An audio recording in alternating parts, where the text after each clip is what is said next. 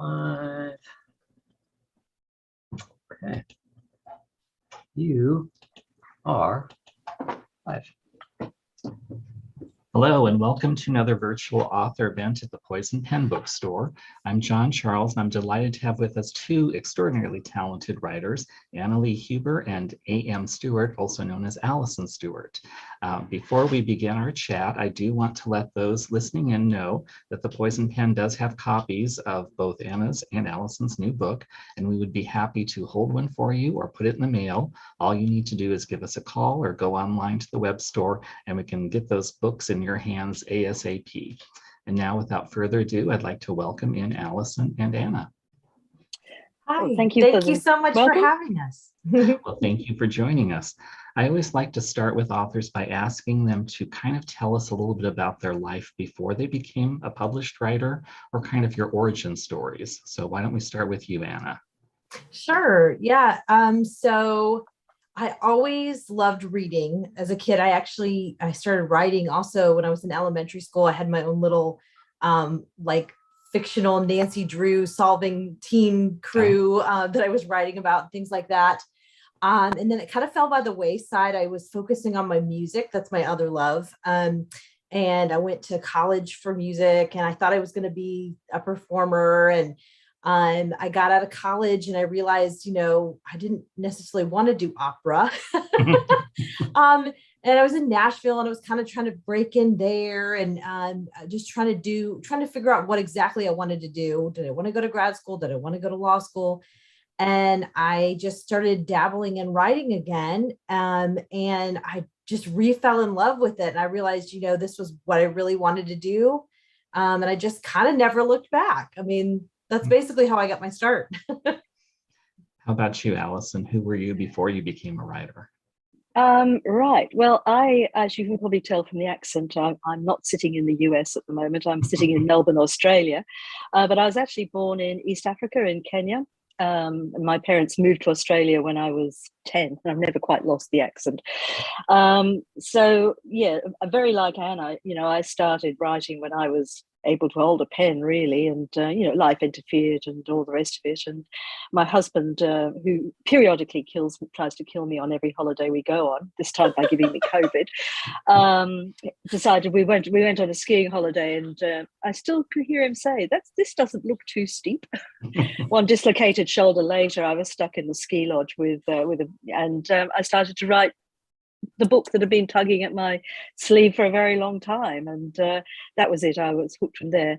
As to what I actually did for a living, I was a lawyer.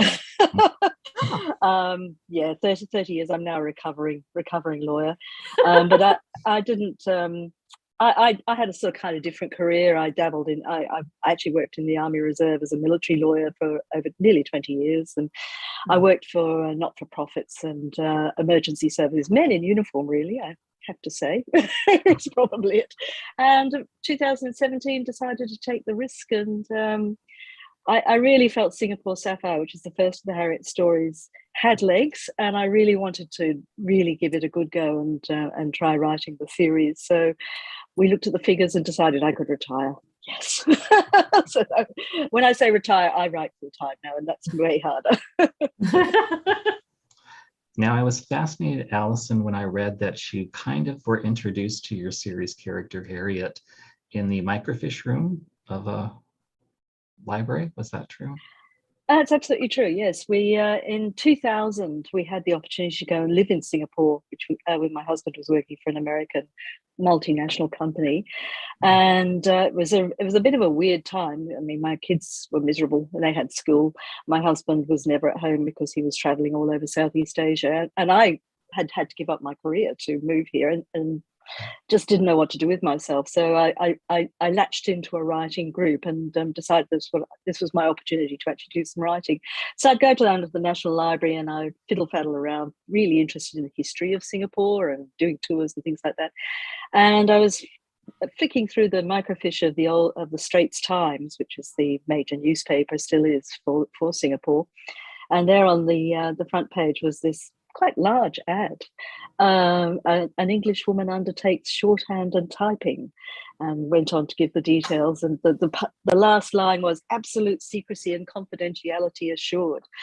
And she just leapt off the page at me. I mean, poor woman. I mean, she didn't end up. I have done a bit of research into who she was, but yeah, she became Harriet Gordon. Now, for you, Anna, Lady Darby kind of appeared full blown almost in your mind. Yeah, it was interesting. I was actually working on something else at the time, and all of a sudden, this voice started talking to me in my head, like nudging me, like wanting me to write her story instead. And I was like, so I set aside what I was working on, because they always say, don't just keep starting things, that you need to come, if you're going to be published, you got to finish something. So to see it through. So I was like, okay. And so I set it aside, and I let this voice just talk to me. I was like, I'll just give it a day or two. And pretty much the first chapter of The Anatomist's Wife just almost came out exactly how she just was telling it to me. And I was like, just so intrigued. And I was like, who is this woman? And then I had to stop and really figure out, why is she telling me this? Who is she? What is her backstory? What happened to her? But it was funny that she just kind of came to me that way, and she still talks to me that way. So now let's talk a little bit about your new books, which are part of the series. For you, Anna, it's A Perilous Perspective. What can you tell those listening in about this book? So it's the 10th book in the series. And we, at the end of A Wicked Conceit, book 9, Kira and Gage have welcomed their first child. And her friend Charlotte is about to marry her cousin Rye. And so they are headed off to Argyll, which is in Western Scotland, the Highlands, near the Hebrides area, for their wedding. It's kind of a getaway, also a time for them to relax. And it's a beautiful area. I got to visit there like 10 or 12 years ago. It's very rural. It's one of those places where you can just kind of park your car and like walk up to this castle, and you have the whole place to yourself and just walk around. And I mean, it's beautiful. It's the area of ancient Scotland. There's lots of cairns and standing stones and all kinds of things. And so great fodder for a story. They're at this manor for the wedding. It's just kind of a small party. And the Marquess of Barbaric, who owns the castle, the manor, he has this extensive art collection. Well, Kira, of course, the portrait artist, is just completely intrigued with this collection. But she stumbles across a forgery, and then another. And she has to tell Barbaric he's not very happy. So he asked her to investigate, to figure out what's going on. There's some kind of history with some rival clans nearby. And then a maid is found dead beneath the forged painting.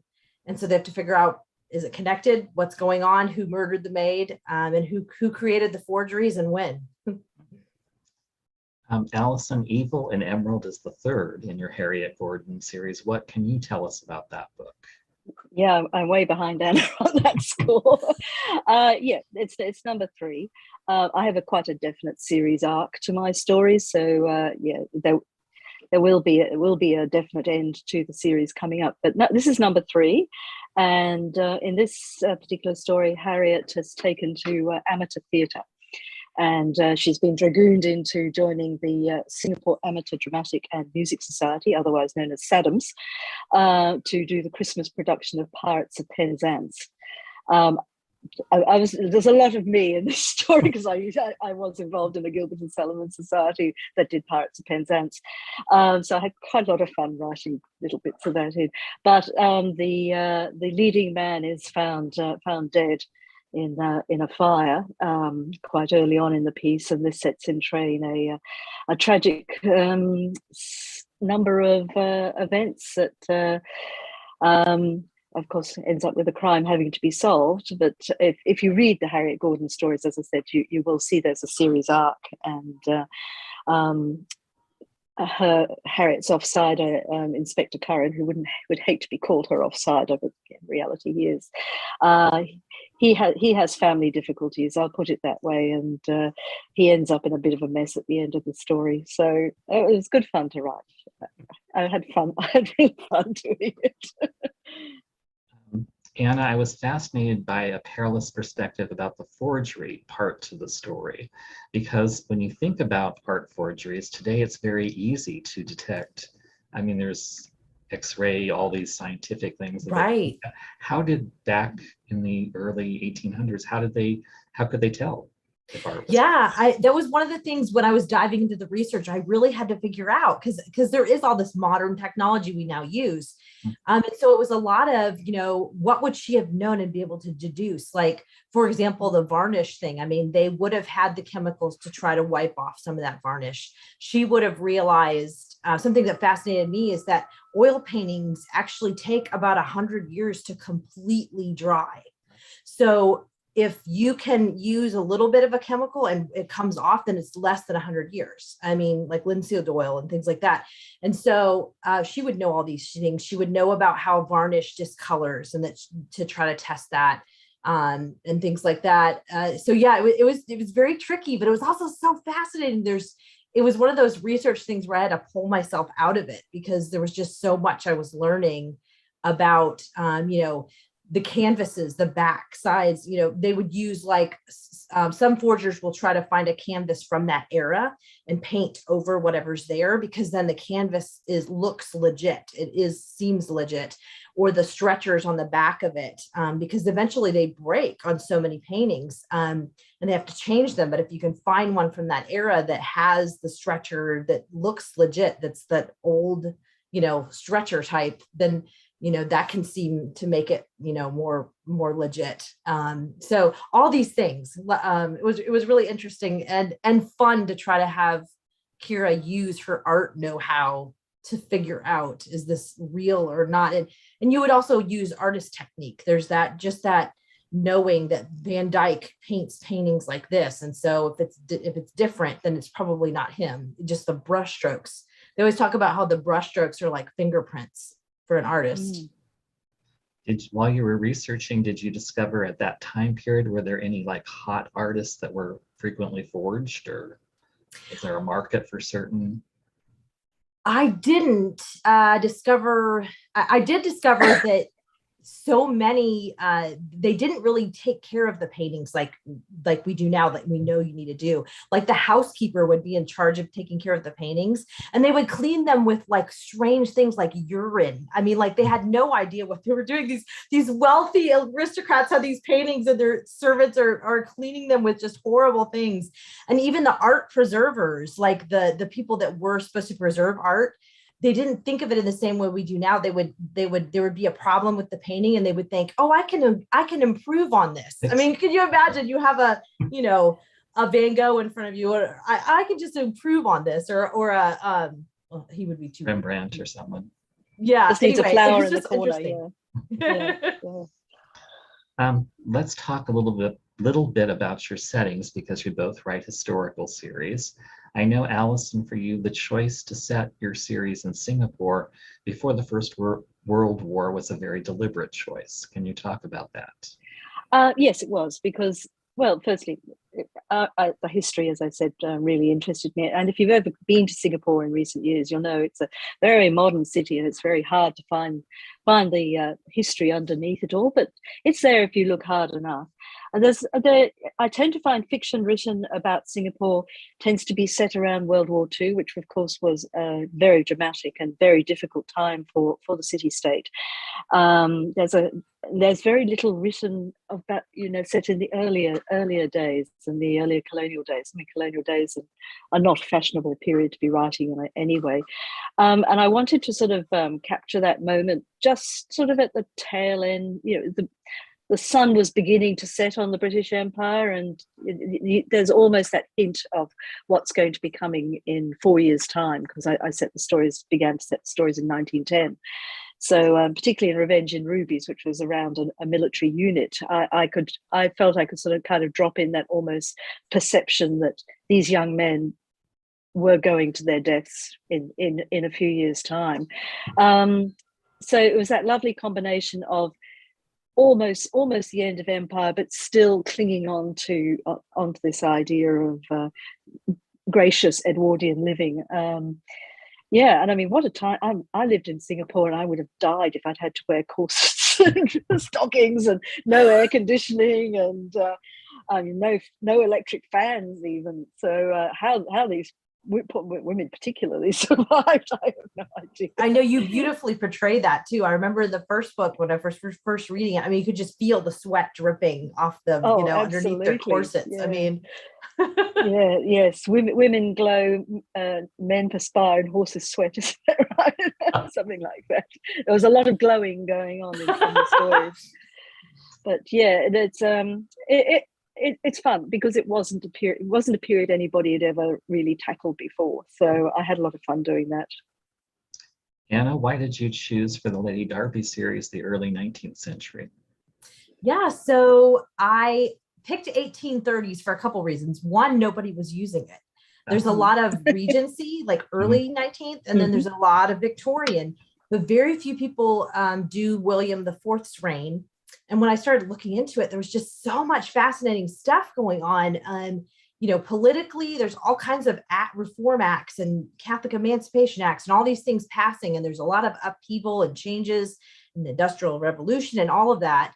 And the other reason was because I gave Lady Darby that background where her first husband was an anatomist and she was forced to help to watch his dissections, to sketch them for his anatomy textbook that he was writing. Because this was pre Gray's Anatomy. That didn't come about till the 1850s. I thought Burke and Hare is 1828, 1829. Then the London Burkers are 1831. It was just this perfect time period before the passage of the Anatomy Act when body snatchers were still working, and there would be a lot of panic about, people being murdered off the street and sold to the anatomist to be dissected. It was a real thing. And so the fact that she has this scandalous background, and then that just feeds into that fear and that stigma. So we kind of all just came together, and I've loved delving into it and kind of making it my own. I wonder if one of the reasons the 1830s isn't popular is because the fashions were so hideous. Oh yeah, I hate. Oh my gosh, it's probably one of the ugliest fashion periods. It has to be. I mean, they were just not attractive dresses. No, especially to our modern senses. But I've loved playing off that because Kira just absolutely hates them. So it's a lot of fun to be able to, you've got the fashionable people that are wearing them, and she's like, oh, and as a painter, how are you supposed to move around in these massive sleeves and paint? Sorry, John. That's all right. Historical accuracy is very important to both of you as writers, and that comes across in your stories. Can you tell us a little bit about how you go about researching a book? Are there particular sources that you find most useful if somebody else might be wanting to know more about the period? And also, as kind of a sidebar to that, what have you discovered while researching your series about your historical period that surprised you the most? And why don't we start with you, Anna? So I love finding primary sources, journals and memoirs and letters. They give you a real feel for the language of the period. I particularly use these a lot in my Verity Kent series, which is set like 1919, 1920s, because you really get that rhythm of that language. But even in the Lady Darby series, I love those kind of sources. And there's a lot of really good social histories. I mean, for example, the book An Artless Demise is set during the London Burkers. There's a book by Sarah Wise called The Italian Boy that was just absolutely invaluable. It had so much wonderful information, not only about that subject of the London Burkers, but just London as it was in 1831 and the social history and all those kind of things. So those kind of things are favorite sources for me. And I also, my best tip to give others is that to check the bibliography in the back of books that you read, research books you read, because you will always stumble across their sources for their material and find things you may not have found otherwise. I found several, memoirs that way, and they were using, firsthand accounts and diaries of people that lived in that period that aren't necessarily famous, but they have lots of good information to provide. How about you, Allison? Yeah, similarly, primary sources are primary. My first go-to is actually the Straits Times, because actually nothing happened in Singapore in 1910 apart from the opening of the Anderson Bridge, which was in the first book. So it's all just little social chit chat and snippets of this and that, and other external things come into it, like the arrest of Dr. Crippen, which I was able to use word for word in the second book. That would be of interest to the readers of the time. Pictures are really important for me. I actually have Pinterest board. I keep Pinterest boards for all my books, and as I find, because Singapore, as I said, doesn't look anything like it does today, and I mean it's actually doubled in size. A lot of land reclamation gone on. So to actually recreate that world that Harriet moved in, the best source for me was actually to find a contemporary map. It took me a long time to find one, and my God, it's the best map in the world. It even has the names of all the little plantations and everything around the outskirts of the city. Fantastic. And of course, street names have changed, and the sea boundaries changed, and you can't skip across Beach Road to go to the beach anymore if you're at Raffles, for example, as Harriet and Simon do at the beginning of Emerald. So it's those little things that I just little snippets. But I've also loved finding the real people as well, and love writing them in, because Cuscaden, who's Curran's boss, was very much a real person. Everyone called him Tim, but Curran calls him Sir. There is a Cuscaden place off Orchard Road in Singapore, so he's still remembered.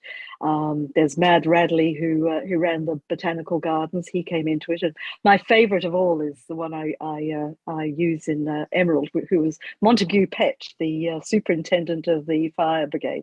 Part because I worked for a fire brigade, so I have a great fondness for fire brigades. But Monty Pett was a very real person who did amazing things in Singapore, and later on had a very long career in China, in Canton, I think. And just weaving those people into the stories is just great. I think I've found Mr. Sands, who started the Scouts. I'd love to write him into a story a little further along the line, but.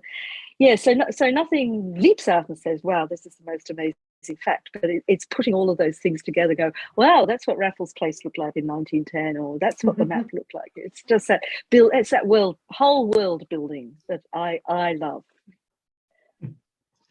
Let's talk a little bit about series from an author's perspective. What are the advantages to writing a series?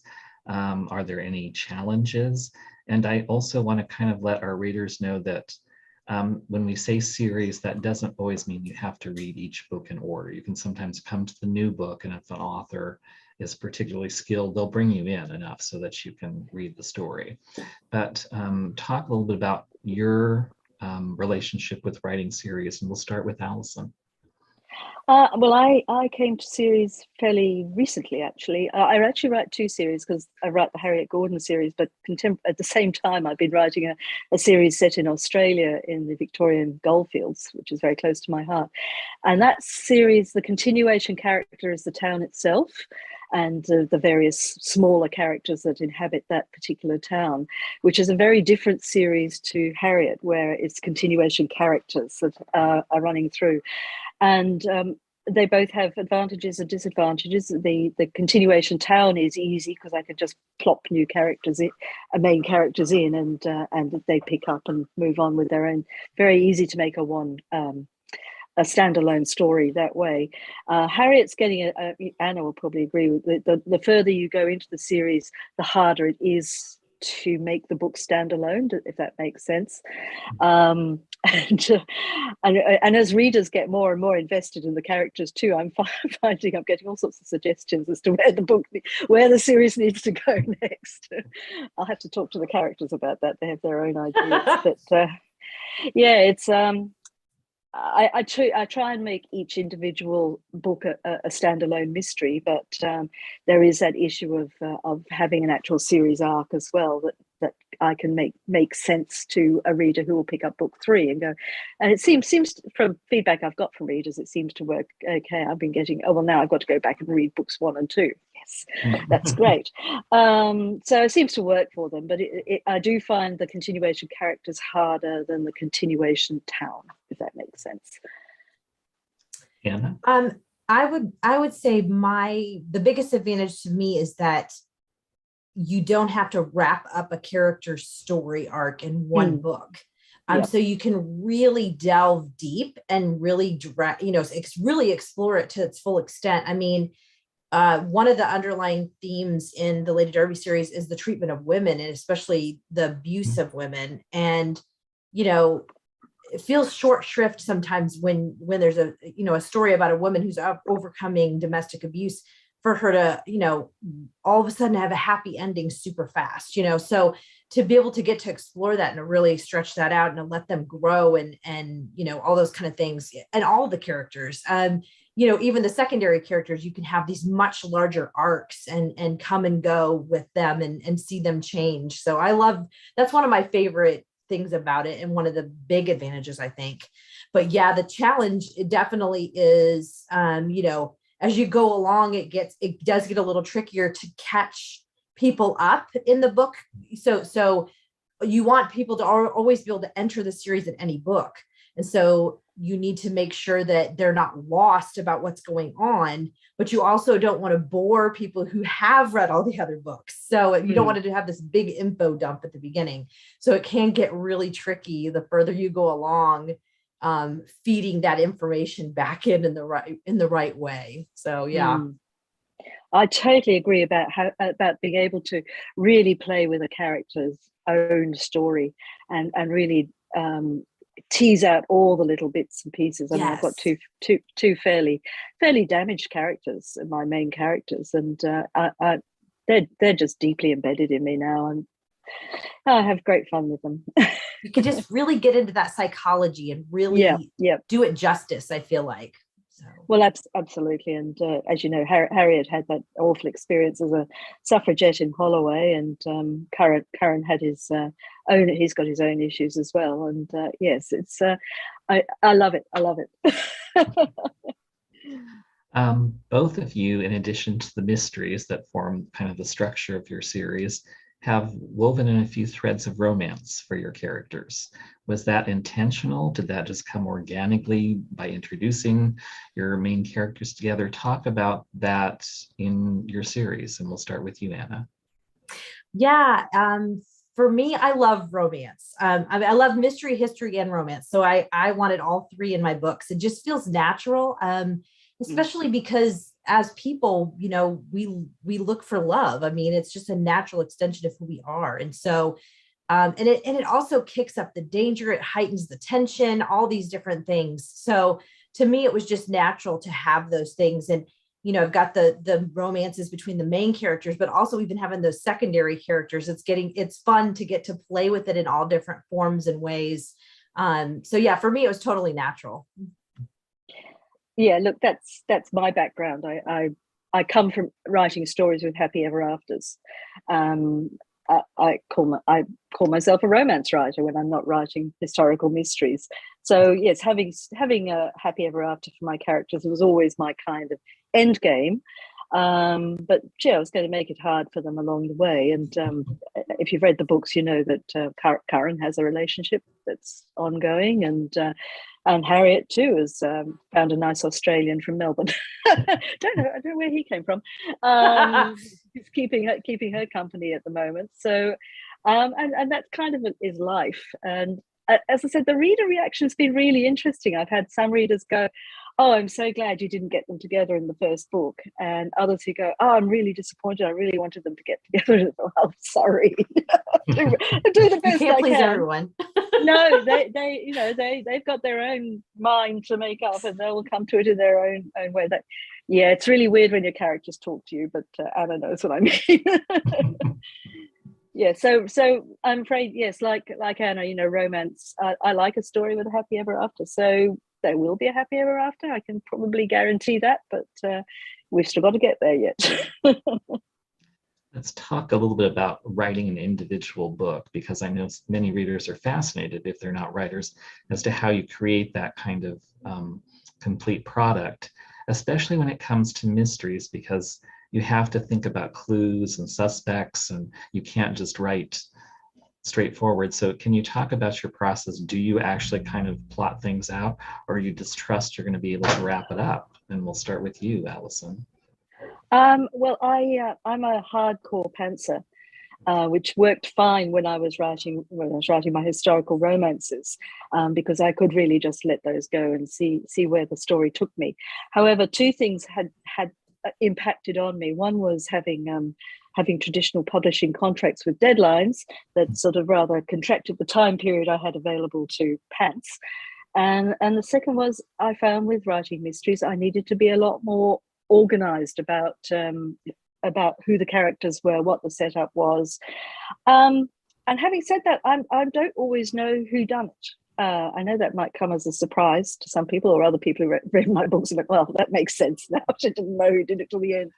I do have an idea who did it, but I've got to get there. It's not just taking the reader on the journey. I've actually got to get there as well. And sometimes the characters won't cooperate, and somebody comes from left field, as happened in Revenge in Rubies, and it was a completely different outcome to the one I had proposed to my publisher. So I now call myself a plantser. So, a half plotter, half pantser, but still mostly a pantser.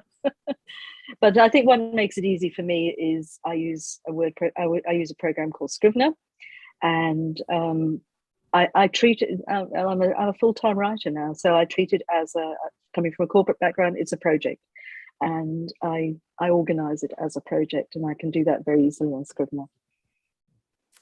That's funny because I'm very much in the middle also. I call myself a plotzer because it's the same kind of thing, So I have an outline. I definitely have an outline. So I know where I'm going, what I'm starting with. I have a lot of my main points and I fill in a lot of the gaps. But I like to leave a lot of room to play because I find if I plan it out too tightly, I don't enjoy writing it. I don't enjoy that inspiration of getting to write it and discovering it for myself. And also my characters rebel. I mean, they're like, no, I don't want to do that. I want to do this instead. And there are some characters that are more notorious for that than others, but I just find it's just more creative when I just let myself go with it. And so I do an outline, but I always find it goes off the tracks at some point, and I end up back on, and it takes detours, and then I usually get about maybe 70% through the book, and I have to stop and kind of replot to figure out what the final ending will be. I also like to leave it loose, like you do, Allison, and I don't always know who the murderer is. Because I've written it too many times and somebody else has stood up and said, no, I did it. And I'm like, oh, that's way better. And so then I have to go back and fix all this stuff. So I try to set it up as I'm writing that it can be multiple different people. And then once I've finished that first draft, I can go back and finesse it and fix it all in edits. So that's funny. We're very much similar and we're the middle ground. We are. Yep. Let's switch gears a little bit. And what kind of readers were you? You write historical mysteries, you write historical romance, different things. Is that because that's what you love as a reader, or are you totally opposite in your reading taste? Talk to us a little bit about your reading life, and we'll start with you, Anna. Yeah, I would say I read mostly mysteries, historical fiction, and romance in varying combinations. I write what I like to read. And I do read other things too, but those are the main subjects of fiction that I like to read. And then I do read a lot of nonfiction just because I'm doing research, but also there's just certain subjects I find interesting and I want to read about it. So, and I grew up that way. I really came up, I was a big mystery reader when I was a kid and a teen, and then I discovered romance. I read those, and history is just always it was my favorite subject in school. So I guess none of it's surprising that those three are my favorites. Allison? Look, I'm the same. My father loved history, and he'd read to us every Sunday afternoons. Highly unsuitable books for 8-year-olds, I have to say. Like the King's General, Daphne du Maurier. He was never one for reading Winnie the Pooh or anything like that. But he absolutely inspired my love of historical fiction. When I started writing, I was writing the sort of stories that I liked to read, which were historical adventure, lots of daring do, and a happy ever after. So, of course, that's obviously what I started writing. So, but I was at a Romance Writers of Australia conference, and we had a guest speaker from America who I was hosting at the time. And she turned to me one day and said, "What do you read mostly?" And I had to stop and think. I thought, well, actually, I mostly read crime and mysteries. And she looked me in the eye and said, "Well, why aren't you writing them?" Because it's too hard. It's a totally different discipline to writing romances. But she really got me thinking and looking at evaluating what I was reading. And I was listening to audiobooks going to in my commute to work, and they were always, without fail, a mystery of contemporary or a historical mystery. I'm fairly broad in my tastes in that sense. And so mysteries, historical fiction, and romance. That's what I read. Now, in addition to your current series, the Lady Darby and the Harriet Gordon books, I know that you have written other kinds of things. In your case, Anna, you have another ongoing series. Actually, I think you have two, because there's a new addition to your Gothic Myths books. Can you tell us about those? So my Verity Kent series is set in 1919, 1920. It's right after World War One. Verity was a Secret Service agent for the British during the war, and her husband Sidney was a veteran, a war veteran, a war hero. And when I was researching that series, it was just fascinating because there's thousands of women who worked for the British Secret Service during the war, and none of us know anything about them until they released a lot of their documents in the early 2000s. And all of a sudden there was all these great grandmothers saying, "Oh yeah, by the way, I was a spy," so it's just really fascinating because we think of World War II and women being in British intelligence, but not World War One. And so I get to really delve into that and a lot of the things that happened after the war and all of that. And then my Gothic mysteries is just kind of a labor of love. I adore Gothics, like Mary Stuart and Victoria Holt, those kind of things. And so I have a first one that's Secrets in the Mist, and the second one is still in the works. It's not finished. I keep trying to finish, but they're not contracted, and so I have to finish the books that are contracted. I have an embarrassment of blessings that I keep getting contracts for other things. And I can also announce that I'm actually writing a historical fiction novel. I just signed a contract for. It's actually set on the Titanic. And it's about three sisters who were actual survivors of the Titanic. And so it's kind of their story and what happens. So, I mean, we obviously know what happens ultimately in the end, but for their story. So I'm excited. It's a new challenge. So that's great. Allison, are you continuing to write romance in addition to mysteries? I am. I'm exhausted just listening to Anna Lee just then. I find it enough balancing what I'm doing. I had that embarrassment of riches, having gone from no contracts at all to having two book contracts with two mainstream publishers who all wanted the same deadlines and the same long books as well. So I've been balancing those. Fortunately, with COVID, I haven't had anything else to do. So I've been balancing those for the last 3 years. So I write the historical romances, for want of a better title. The latest ones have been set in Australia, obviously, which has been great fun. I finally get to write in my own backyard, which is great.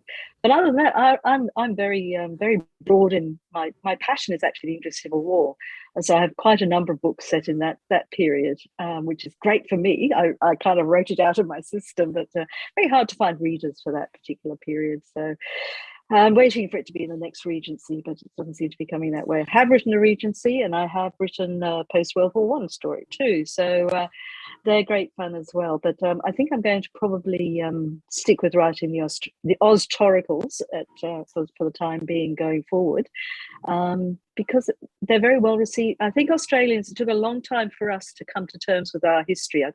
I know certainly when I was at school, we thought, we had no civil wars or wars of independence or kings and queens. Well, we did, but distantly.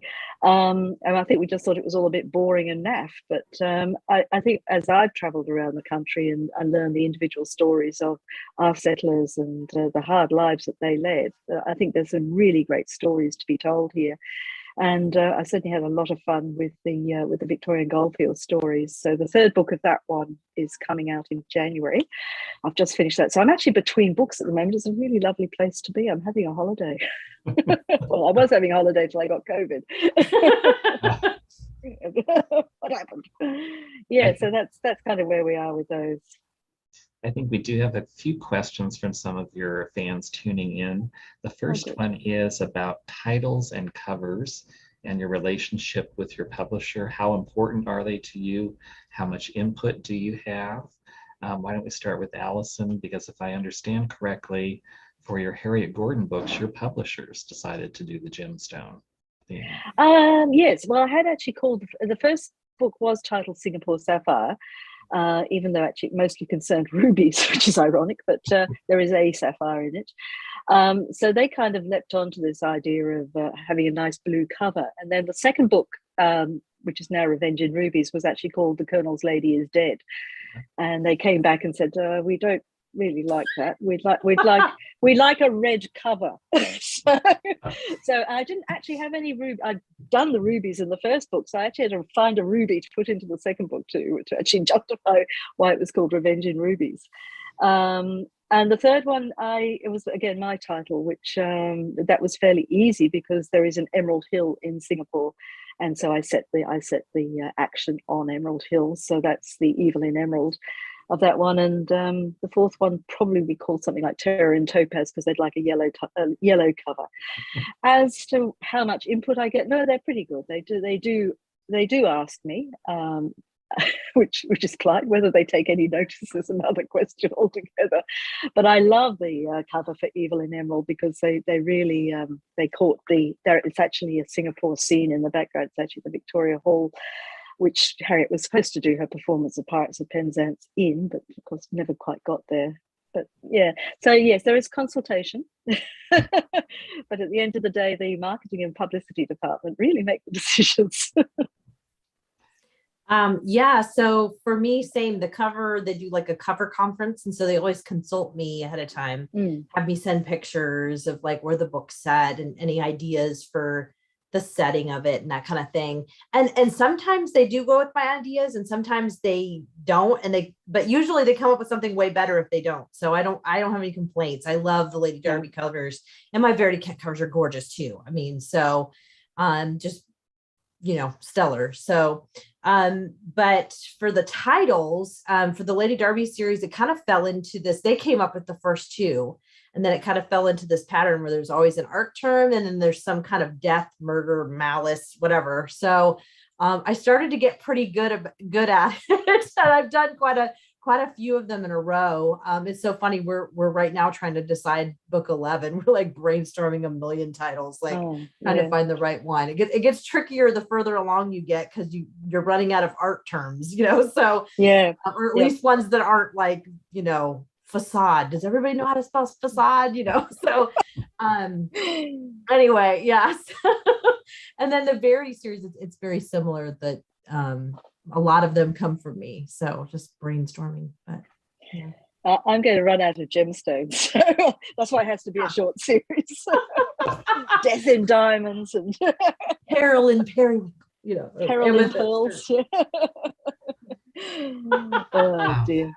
Another question from one of your fans is, what is the best piece of advice about writing you've ever received? And I'll give you a minute and you can leap in.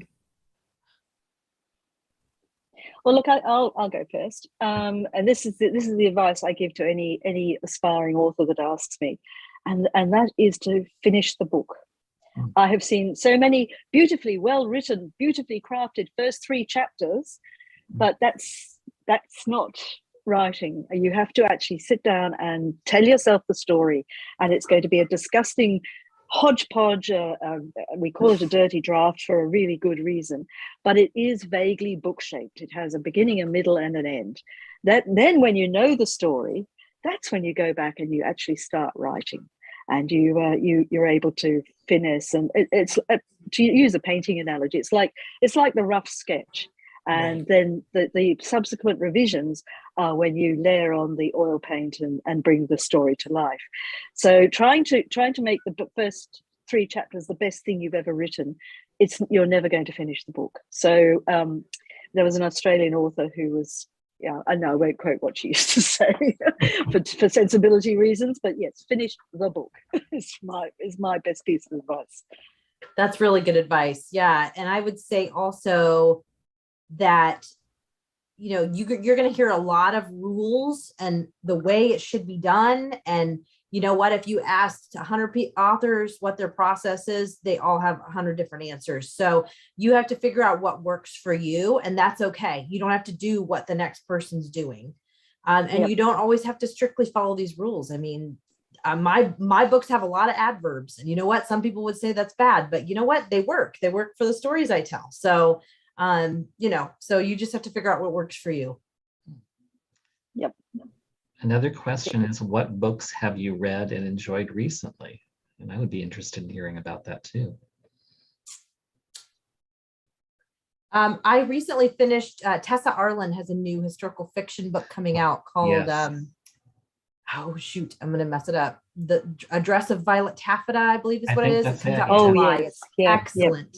Beautiful prose, really good. I think what else I read recently. I feel like I've been reading a lot of research books lately, so I'm trying to remember what I read. Well, I am looking forward to Tessa Arlen's June book, I think is when it comes out. She's such an amazing. It's like sometime in the summer. Or maybe July. It's probably July, I think, now that I think about it.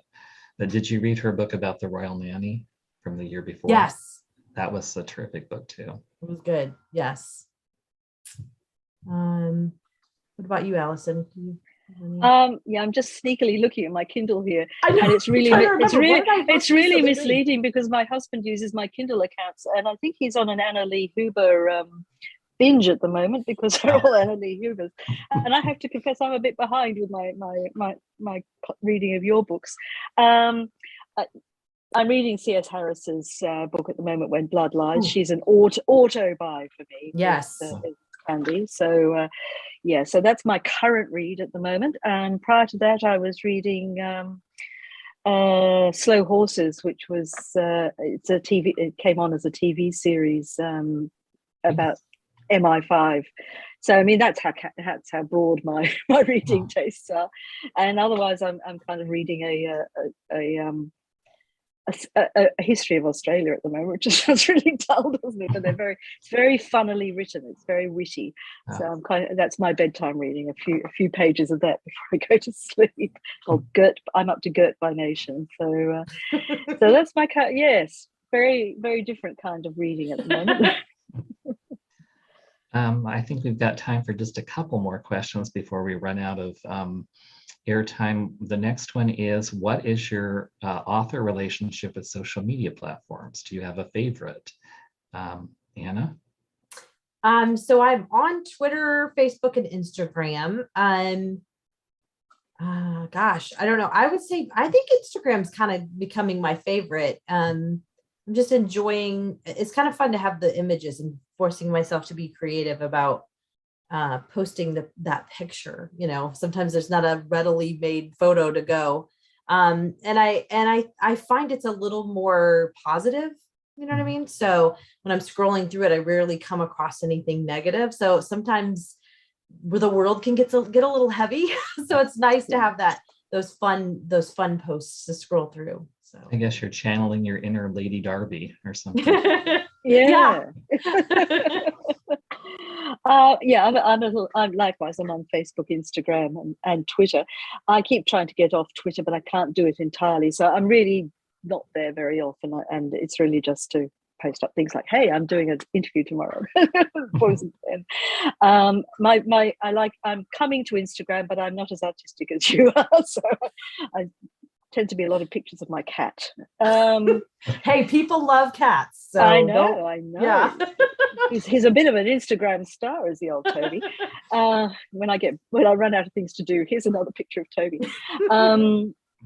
I think Facebook is my happy place. I have author pages for Allison Stuart and A.M. Stuart, and a fairly generous profile. I'm make most people happy. I'm happy to be friends with most people, and a little readers group in there as well. And yeah, that's my tribe and of writers and readers, and that's where you'll find me the most.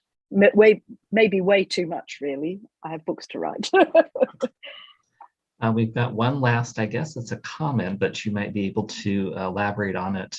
Anna, they said they loved your read along. So I guess you're doing a read along of one of your series. Yeah, I did a Lady Darby read along. I mean, we were all stuck, at home for this pandemic, not having, so I decided for the build up to book 10, I did a read along I was mostly on Facebook.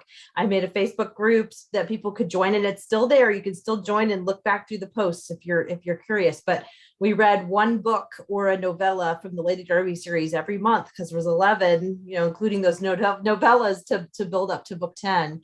And it was a lot of fun just getting to revisit some of those stories I haven't read in years, and I shared behind the scenes information, and I did like a Facebook Live event at the end of every month just to answer some questions and things like that. So yeah. I got asked if I'm going to do Verity Kent, and I said, yeah, probably at some point, but I need a little break. It's a lot of work. Yeah, it was a big commitment, but it was really popular. I thought, what a great idea. Well, thanks. Yeah, I'm glad it turned out as well as it did. So Before we go, if you'd like, can you share with us what's coming next for you as an author? Anna, do you want to start? So next for me, so A Perilous Perspective, Lady Darby 10 just released last week, and you can get it at the Poison Pen. Okay. And August 30th, Verity Kent book 6, A Certain Darkness, is releasing, and you can pre-order that at the Poison Pen. And then I am writing Lady Darby book 11 right now. It'll be out next spring. So, Allison? Well, I'm waiting on a decision about book 4 of Harriet at the moment, so I have no news on Harriet whatsoever, which is probably very frustrating for some of my readers. But the next thing I have coming out is The Homecoming, which is the third in the Maidens Creek series, which you can't get at the Poison Pen, but is fairly easily obtainable in other online areas if you're in the States. But will be available everywhere on shelves in Australia. So that will be coming out in January next year. So that's really all my news as to what's happening next. As I said, I'm actually enjoying a bit of a break at the moment. So sometimes that's very nice. Yeah, it is. It's I've worked very hard the last few years. I deserve it. Well, I can't believe how quickly our time has flown by. I would like to thank our visiting authors, Allison Stuart, whose new book is Evil and Emerald, and Lee Huber, whose new book is A Perilous Perspective, for taking time to stop by the Poison Pen virtually and share their thoughts and feelings with us. And I would like to thank those tuning in to another recorded author chat at the Poison Pen bookstore. Thank you so much for having us. Thank you. I've really enjoyed it. It's been great. Thank you, John. Oh, thank you. Now I'm going to try clicking buttons, and in case I lose you all, which often happens, thank you both. You were terrific guests. I really enjoyed it. Congratulations on your historical novel, Anna. I'm going to look for that. Oh, thank you. It was really great to chat with you guys. Okay, everyone, stay safe, and I'm still clicking.